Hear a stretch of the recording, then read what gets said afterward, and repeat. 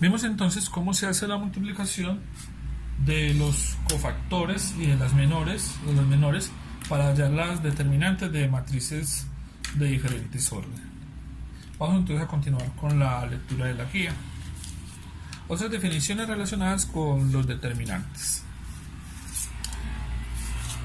Para los métodos de cálculo de determinantes que vamos a representar posteriormente es necesario definir algunos conceptos previos. Realmente lo que vamos a hacer en la lectura es de algo que yo ya hice en los ejercicios, pero vamos a ver la formalización de los mismos. Si en un determinante D de orden n se suprimen Q filas y Q columnas, las filas restantes y columnas se define un nuevo determinante de orden n menos Q, lo que ya hicimos, que lo llamamos precisamente menor, el menor de ellos, que es cuando estamos suprimiendo, y esos suprimir son los que hemos tapado para poderlos encontrar, del determinante D, y se obtiene un determinante de menor orden. A cada elemento IJ del determinante se le puede asociar otro determinante que se obtiene suprimiendo la fila I y la columna E que se encuentra en cada uno de los elementos. Este nuevo determinante se denomina el menor, ya lo habíamos puesto en práctica, el menor asociado, y se denota por DIJ. Si es del orden n, DIJ es por lo tanto del orden n-1 porque estamos quitándole una fila y una columna. Entonces miren acá, la guía lo que hacen es exactamente lo mismo que yo hice en su representación.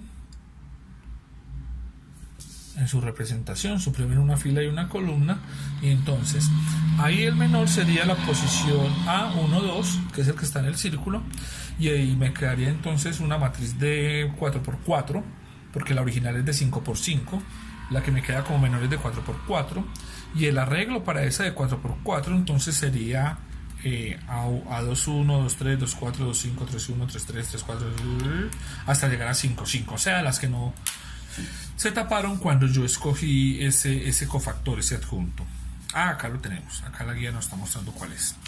Cuando un menor de un determinante está formado por las Q primeras filas y las Q primeras columnas, se denomina menor principal de orden Q.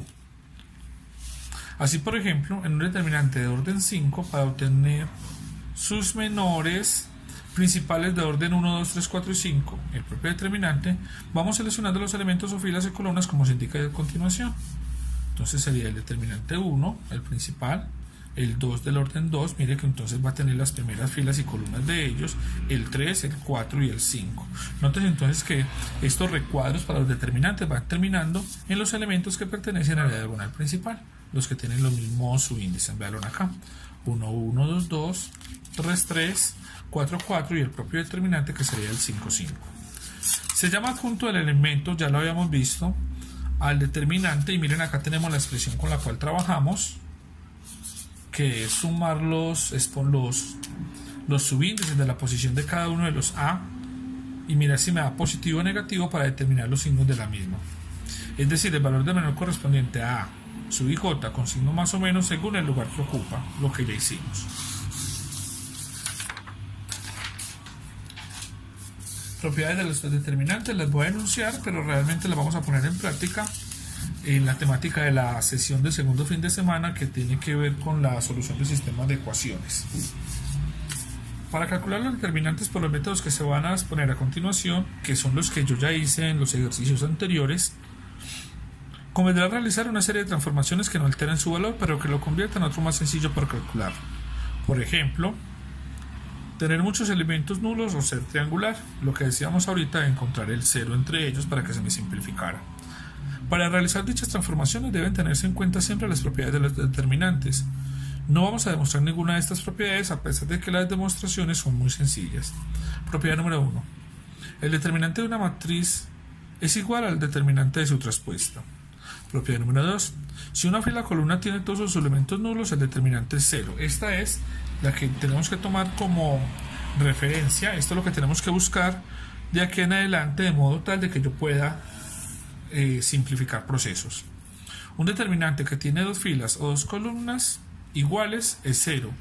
Más adelante, cuando estemos en el tercer fin de semana, cuando estemos viendo dependencia o independencia lineal o múltiplos escalares, vamos a ver entonces que los vectores filas o vectores columnas que son múltiplos escalares, al sacar su determinante va a ser 0.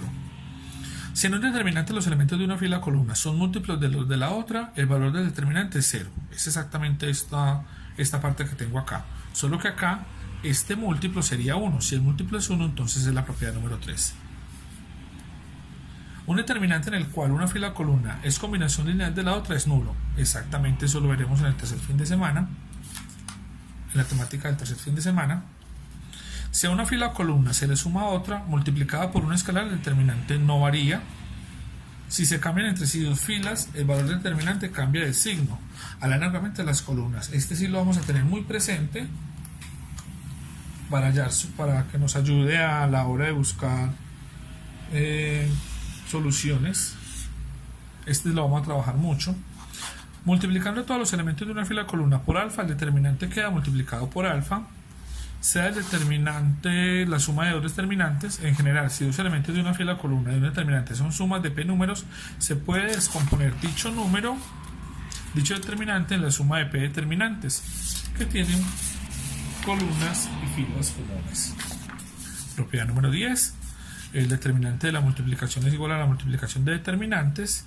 Propiedad número 11. El determinante de una matriz a una potencia es igual al determinante de la matriz a esa potencia.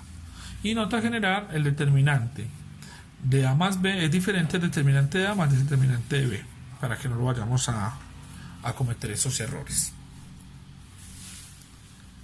Luego dice entonces cómo algunos métodos de cálculo de determinantes. Desarrollo de determinantes por los elementos de una línea, o la regla de Laplace. El valor de un determinante D se puede calcular como la suma de los productos de los elementos de una línea o fila por los adjuntos de los mismos. Como veremos enseguida, será conveniente elegir la línea que tenga mayor número de elementos nulos para reducir el número de operaciones a realizar, lo que habíamos dicho cuando estábamos viendo los ejemplos de los determinantes del orden 4. Así, si yo tengo un determinante del orden n por n, desarrollando el determinante por enésima fila, se obtiene que, y haciéndolo por enésima columna, se obtiene que, ya habíamos visto esta parte, dice, por ejemplo, calcular el determinante de esta matriz del orden 4. Nos hacen referencia que en la fila número 3 tenemos dos elementos nulos. Entonces lo vamos a hacer por esa tercera fila. Nótese que este valor de este 0 que yo tengo acá van a ser entonces los que me van a ayudar a cancelar, y que este 0 va a ser este y me va a ayudar a cancelar. Por lo tanto, los adjuntos serían el 4, que es este 4 de acá. El menos es porque este 4 está en la posición 3, 2. 3 más 2, 5 es impar negativo. Y el otro adjunto sería este de acá, el 1. El 1, que me queda negativo porque está en la posición 3, 4, y 3 más 4, 7 es impar, y me quedaría este valor. Con esos valores, entonces, lo que está haciendo la guía es decirnos que frente a este ejercicio, con este 0 y este 0 que tengo acá de amarillo, este determinante y este determinante valga lo que valga, pues no me interesa, todo es de que me va a dar 0, y entonces el ejercicio se me reduce a esta parte de acá, de hallar el determinante con los cofactores menos 4 y menos 1 y sus respectivos menores, y para el ejemplo nos da menos 6. No lo vamos a desarrollar, vamos a confiar que es exactamente el valor que tiene. En el ejemplo anterior, el cálculo del determinante de orden 4 se ha transformado en el cálculo de 4 determinantes de orden 3, que podemos obtener haciendo uso de la regla de Sarrus. La de Sarrus, la del dibujo, que me decía esta de acá, que me decía cuáles son positivos y negativos, dos de los cuales no calculamos por ir multiplicados por el 0. Y esta es la parte importante, que no los vamos a calcular porque están multiplicados acá, que están multiplicados por el 0. En general, con este método el cálculo de un determinante de orden n se transforma en el cálculo de n determinantes de orden n-1 o alguno menos si en una fila por la que desarrollemos hay más ceros. Por ello, este método en sí mismo, sin combinarlo con el uso de las propiedades de los determinantes, no es de gran utilidad para el cálculo de determinantes de orden elevado.